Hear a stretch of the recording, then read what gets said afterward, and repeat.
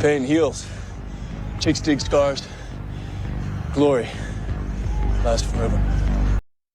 It is going to be really interesting to see if anything comes out of these face-to-face negotiations with the WNBA players and the owners, who shows up both on the owner side and the player side, and if anything productive happens or if it just actually causes more problems. On that note, I'm going to solve everything for the WNBA and put it in a position to succeed going forward. Welcome back to the channel. Appreciate you being here. Thank you so much for all your support. Hope you're having a fantastic day. Of course, shout out to the 19. So let's dig in. Here's what we're going to do. For those of you that don't know, there have been times, I think it was back in the 80s. I want to say 87, 88. Correct me if I'm wrong in the comments below, where which is kind of where we got the movie The Replacements with Keanu Reeves. The NFL, actually, I think it was 3 games. They went and got what they called scabs, of course, or what the union would call scabs, replacement players, to continue the season so that it didn't get canceled. And I think it probably helped get the negotiations going and get a deal done so that the players playing could get back. And obviously, that was on an entirely different level, and trying to bring in players in the middle of the season and all that.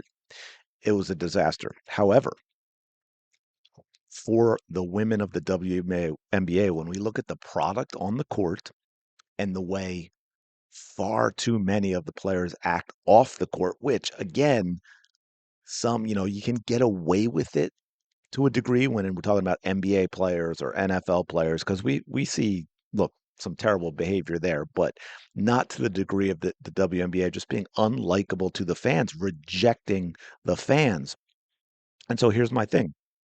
Lock them out. The WNBA said, look, here is the deal.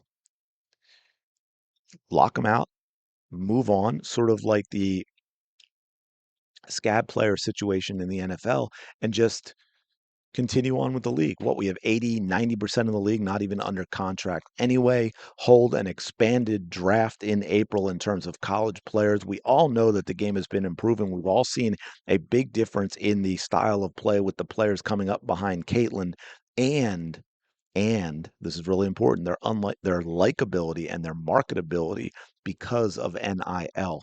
So simply draft a lot more. And it's not just that. Okay, I'm not saying replace the entire WNBA with college players. Obviously, that would degrade the product a little bit. I think there'd be a period of adjustment for sure. But I'm also saying that this is one way to end the impasse, because you will get a lot of WNBA players, which the league can pick and choose. That'll be like, hey, you know what? I'm doing a lot of thinking. I don't like where the WNBA has been. I like where it can be going if we do it correctly, if we market ourselves correctly, if we are likable to our fans and embrace our fans.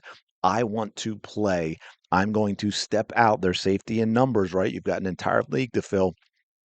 And so bring in all that young blood. And look, I will put Angel Reese right there at the top. We can say whatever we want about her game, whether we consider her to be one of those unlikables, and in a lot of cases, I think she is. But I think has been a overall, and obviously, I'm not saying Angel Reese on her own is bringing in 2 million people to view her games. But overall, I would put her as a net positive in terms of growing the game. So, Rickea Jackson would be fantastic. I think she is as marketable as it gets. She obviously is attractive. You can say what you want, but that does matter. She's a good basketball player. She seems very likable. She's smart with her answers about things. Cameron Brink is another one. We could go on. Sonia Absolute Citron is another one. Kiki Iriefen, that's how I always say it.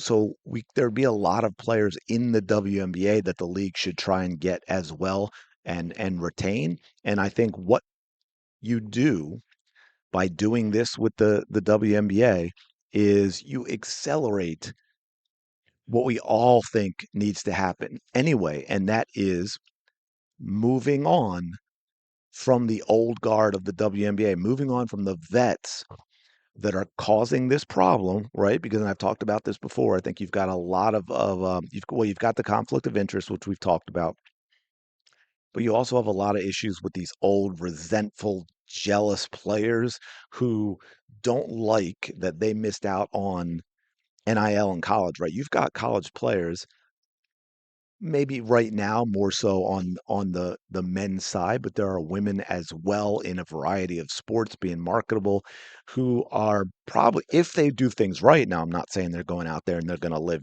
that life with yachts and everything, but if they do right, they could live a comfortable life off the return on investment for what they earn in college. Okay, so you get a lot of WNBA players who look at what they've made all these years and be like, and they're not happy with that, and then they look at what where the WNBA is probably going and what those same players are going to get in the future. They're not happy with that.